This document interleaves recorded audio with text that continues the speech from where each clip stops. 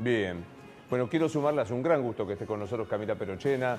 Nos costó un dinero que viniera. Un montón, pero, ¿no? sí, Carísimo, y sí, sí. yo sé que ella está con las estrellas, pero bueno. No, Hola jamás. Camila, un Un placer verte. estar con ustedes. Bien. Miremos históricamente, ¿qué implica esta vuelta de un desfile, decía Pancho, como cuando éramos chicos? Bueno, yo creo que en realidad la novedad es, o sea, no hay tanta ruptura porque es lo que sucedió a lo largo de toda la historia argentina. Incluso uno diría en momentos en los que pensarías contrastantes con este gobierno, no sé, el bicentenario del 2010.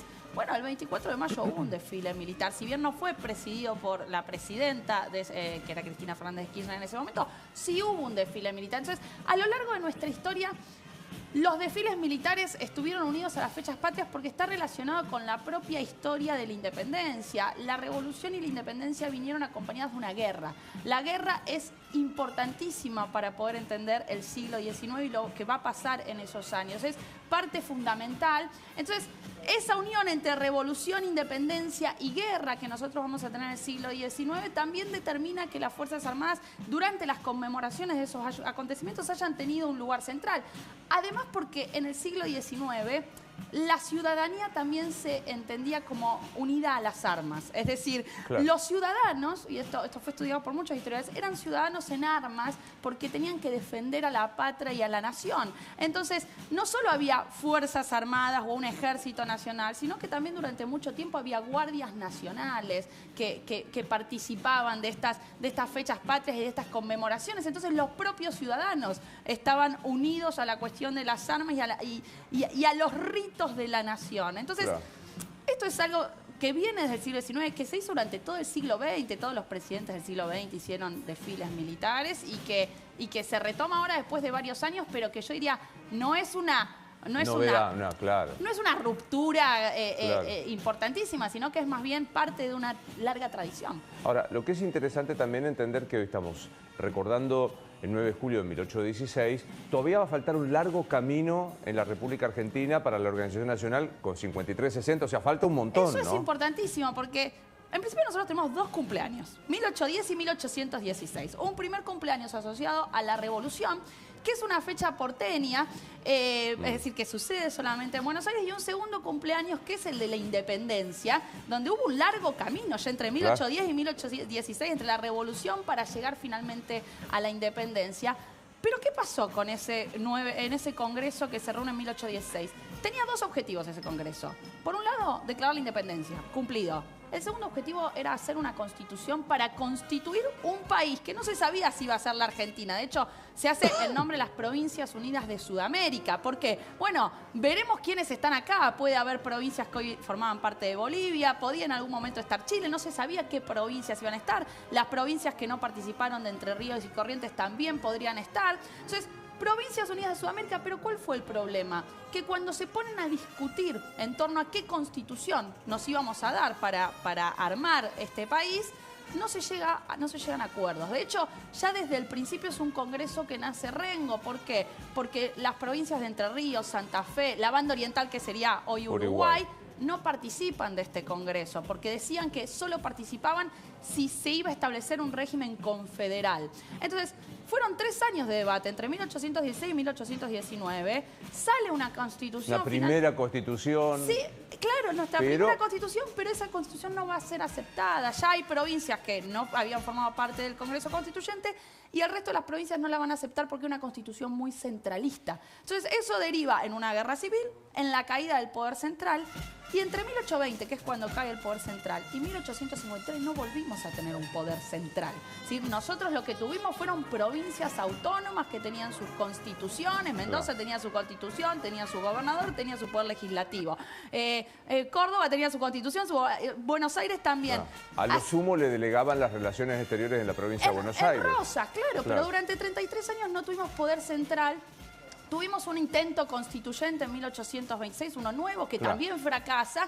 Y después cuando llega Rosas al poder, Rosas va a intentar evitar cualquier intento de reunir a un Congreso Constituyente para que declare la Constitución. ¿Por qué? Porque no quería repartir los recursos del puerto, de la aduana de Buenos Aires. Entonces, entre nuestra revolución e independencia y nuestra, como decís vos, organización como Estado-Nación, que ni siquiera llega en 1853, porque ahí tenemos la Constitución, Claro. pero Buenos Aires no la acepta. Menos una. Menos una que era la más importante, porque Claro, la provincia, hacer claro. un país sin Buenos Aires, sin el puerto, bueno, no había recursos, sí, se arma la Confederación, pero pobres, no tenían un peso partido al medio. O sea que recién cuando se une Buenos Aires en 1860 y tenemos a un presidente, el primer presidente de la República unificada con Mitre en el 62, podemos tener esta estructura. Entonces, sí, fueron entre 1810 y 1862, bueno, Un ratito, muchísimos ¿no? años, ¿no? Más de 50 años nos llevó organizarnos como país. Y eso fue un problema, digo. Qué buena, qué pasión le pone para explicar. Ay, realmente. Me gracias. cuenta de lo ¿Qué? poco que sé, además. Sí. escuchando. No, pero aparte digo, ¿por qué no te tuve, por razones cronológicas, por qué no te tuve de profesora de historia? Quiero Claro, decir que... Pero, porque Bueno, huelga- somos los dos rosarinos. Podría, si hubiese sido... pero hay revés. una cuestión, soy mucho más grande que vos. Eso Sí, bueno, no importa, no vamos a... esos detalles. ¿Qué No, cosas? que es un placer escucharla y vuelve apasionante algo que por ahí uno cuando en la escuela se lo enseñaban, lo transmitían como algo Gracias, aburrido Ceci. y escuchándola es realmente un placer. Gracias. Vos ayer hacías una distinción entre el 25 de mayo y el 9 de julio como algo simbólico para el momento de la firma del pacto, ¿no? Para lo de Milei. ¿Qué entendés? ¿Qué mensaje? Bueno, porque en realidad el presidente le quiso poner pacto de mayo, ¿no? Pero en realidad hubiese sido mucho más lógico pacto de julio. No solo porque se firma en julio, sino porque toda la puesta en escena que él estaba pensando, Claro. que era una puesta en escena rodeada de gobernadores, tenía mucho más que ver con el 9 de julio de 1816 que con el 25 de mayo, que fue una fecha porteña. Incluso el Congreso del 9 de julio de 1816, allí se jura en nombre de los pueblos y no de la nación. ¿Por qué? Porque la idea de la nación, que había estado en el Congreso fallido de la Asamblea del año 13, era una idea muy centralista para las provincias, que eran muy celosas de su soberanía. Entonces el Congreso de 1816 se hace en nombre de los pueblos. Entonces uno podría decir, y en realidad tiene mucho más que ver. Y en otra cosa, que ayer, después del programa, cuando Milei hace el discurso, él usa una frase, pasa medio desapercibido, pero es una frase de ese Congreso, que es fin a la revolución, principio al orden. En realidad el Congreso del 16 es un Congreso bastante conservador. ¿Por qué? Porque es un Congreso que dice, ya está, basta de revolución, basta de faccionalismos, basta de disputas, ahora empieza el orden, hay una lógica más conservadora. Después no se logra, ¿no? Después cae el poder central, guerra civil. Hay algunas guerritas por el Claro, medio, ¿no? después en Claro. el medio, pero digo, Por ejemplo. claro, digo, la voluntad del Congreso era generar un nuevo orden político Bien. que fuera definitivo. Y ayer Milei, en un momento en el discurso, dice algo así como, bueno, se termina el momento de la revolución y empieza el momento de un nuevo orden político. Para, ¿no? ¿me esperás un cachito? Porque quiero, Lo que tengo quieras. muchas preguntas para hacerle. No hay Ahí problema. está, sobre este tema. Mientras estamos viendo dos imágenes, ahí el palco, el presidente ha recibido Una bandera. y una gorra de los ex combatientes y vemos el desfile desde el otro sector, donde está Pablo Corso. Claro, está muy bien, me parece que han encabezado los veteranos de guerra este desfile, que como contaba Pablo, me parece, en el último que se hizo con Macri presidente, habían desfilado al final y no pudieron tener el saludo del presidente de la Nación. Después vendrán las Fuerzas Armadas activas, los que desfilarán, mientras vemos las dos imágenes de lo que está pasando allí en la Avenida del Libertador.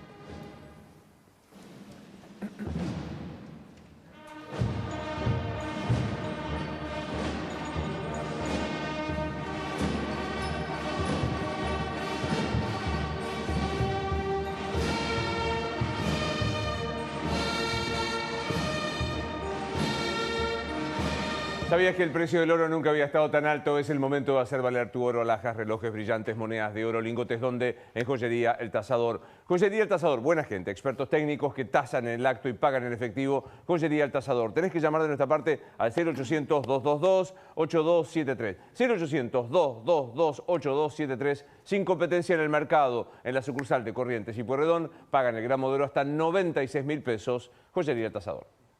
Joyería El Tasador. Toda una vida dedicados a las joyas. Pensá vender al mejor precio. Visitanos. Joyería El Tasador. Avenida Corrientes 2810, esquina Pueyrredón. Joyería El Tasador. Tu tasador, mi tasador. Llegó Foodit, la primera plataforma para cocinar, exportar y explorar, no solo exportar, aunque puedes exportar lo que aprendas a cocinar y aprender. En Foodit vas a encontrar recetas probadas, masterclasses con los tips y secretos de los chefs referentes, guías de la cocina, la posibilidad de ordenar tu contenido y mucho más. Te suscribís hoy mismo ingresando a Foodit. Foodit se escribe F-O-O-D-I-T, foodit.com.ar, y esta es nuestra recomendación. Así está la Avenida del Libertador en este momento para la gente que empieza a sumarse ahora a La Nación Más. Nos escriben nuestros compañeros que están trabajando y nos dice que está llegando mucha gente. El Tucu Costa dice, acabo de pasar corriendo, él fue a hacer running como corresponde, me dice, mucha gente que está llegando, y esto que decíamos al comienzo, no hay banderas partidarias, es un desfile como fue el 20 de junio, también con banderas argentinas, ¿no? Es lo que estamos viendo en este momento.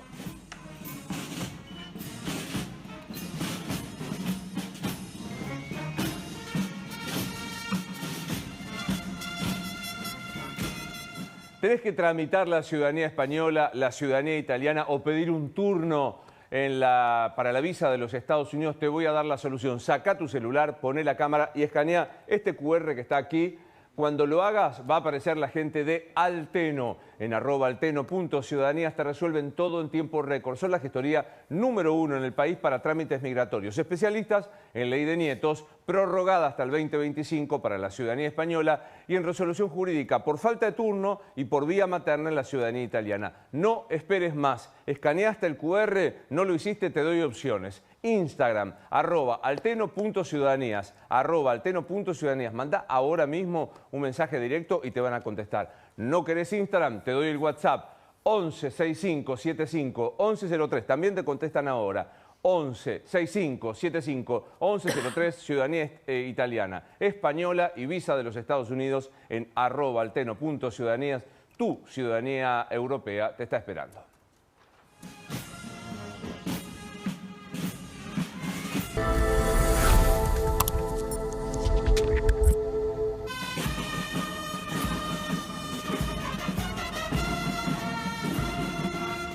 Habla único.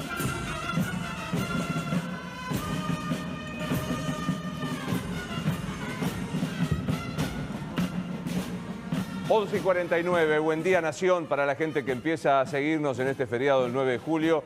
Estamos transmitiendo en vivo lo que ocurre en la Avenida del Libertador. Ya comenzaron a desfilar las Fuerzas Armadas activas, luego del paso, muy emocionante por cierto, de los veteranos de guerra, no digamos más. Hay terminologías que uno va aprendiendo en base a la propia ignorancia y la ayuda de los que saben. No hay que hablar nunca de los chicos de Malvinas porque ellos mismos se sienten agraviados. Eran jóvenes, pero actuaron como hombres, ni tampoco de excombatientes, sino de veteranos. Es un tema la Guerra de Malvinas, Camila, en nuestra historia, ¿no? Las idas y venidas y los reconocimientos y ocultamientos, ¿no? Es una de las memorias más difíciles. ¿En qué sentido? Bueno, en principio porque fue una guerra, diría que hay distintas cosas que la hacen por momentos incómodas. Es una guerra llevada adelante por una dictadura militar, un gobierno ilegítimo, que se apropia de una causa nacional justa y va a una guerra que era prácticamente imposible ganar. ¿Bien? O sea, va a una guerra para legitimarse a sí mismo. Y a la vez es una guerra cuya derrota permite la transición a la democracia. Claro. Entonces eso también hace muy difícil esta memoria. ¿Por qué? Porque es una guerra que tiene un resultado muy negativo, pero que en el mediano plazo es lo que permite, por ejemplo, no solo la transición a la democracia, sino que los militares fueran juzgados. Es decir, nosotros tuvimos una transición a la democracia que podría llamarse por colapso, en las cuales los militares no pudieron imponer condiciones ni los términos de esa transición, y eso en gran parte fue por la derrota de Malvinas. Fue porque los militares habían sido derrotados ya en el frente económico, donde no habían logrado ordenar la economía, en el frente político, donde habían violado derechos humanos, y en el frente militar, que eran lo que tenían que ser buenos. Entonces, esa guerra genera ciertas incomodidades. Y por otro lado, lo que vos estabas diciendo, también es una guerra que genera incomodidades en torno a cómo recordar a aquellos que participaron. como víctimas, como héroes, como las dos cosas. Hay incluso entre los propios veteranos de Malvinas diferentes memorias que están en disputas en torno a cómo ser recordados. Por ejemplo, hay un documental que salió un grupo de veteranos de Santa Fe que se llama No Somos Héroes, donde ellos dicen, bueno, nosotros nos vemos a nosotros no solo como héroes, como víctimas básicamente de una dictadura. Otros excombatientes o veteranos que están diciendo, no, nosotros quisimos ir, teníamos capacidad de agencia, nosotros tendríamos que ser considerados como héroes. Y hay otra incomodidad que se genera ahí, que uno lo puede ver claramente en el gobierno de Alfonsín y que se sigue viendo hoy, y es que muchos de los que fueron a combatir a Malvinas, no veteranos, sino miembros de las Fuerzas Armadas regulares, también son militares que habían violado derechos humanos acá en el territorio. ¿Cómo se recuerda a esos militares? Muy ¿no? difícil. El caso más ejemplar es el comandante Giaquino, ¿no? que marplatense, que manejó un centro clandestino de detención y es el primer caído en Malvinas. Bueno, durante una época hubo una placa conmemorativa a Giaquino y eso generaba muchas disputas. ¿Entre quiénes? Entre las víctimas de Giaquino en tanto represor y aquellos que querían recordarlo en tanto héroe de Malvinas. Total. Entonces, Malvinas te plantea muchos dilemas a nuestra memoria. Bueno, qué bueno que vengas. No sé qué hay que hacer para que venga más seguido. Hay que hacer, aparte porque es rosarina, primero, y porque... Obvio, una cuestión de identidad. ¿Bancás piropo o no? ¿O te Sí, parece? todo bien, obvio. Estás muy linda y elegante. Gracias, estoy estrenando. Estás muy linda y elegante. Placer Estoy verte. en estreno. Muchas niña. gracias, Gracias, por la invitación. Bueno, allí estamos viendo en vivo lo que sucede con este desfile. Nos vamos con Nacho Damonte. Contame qué sucede. Bueno, Luis, estamos...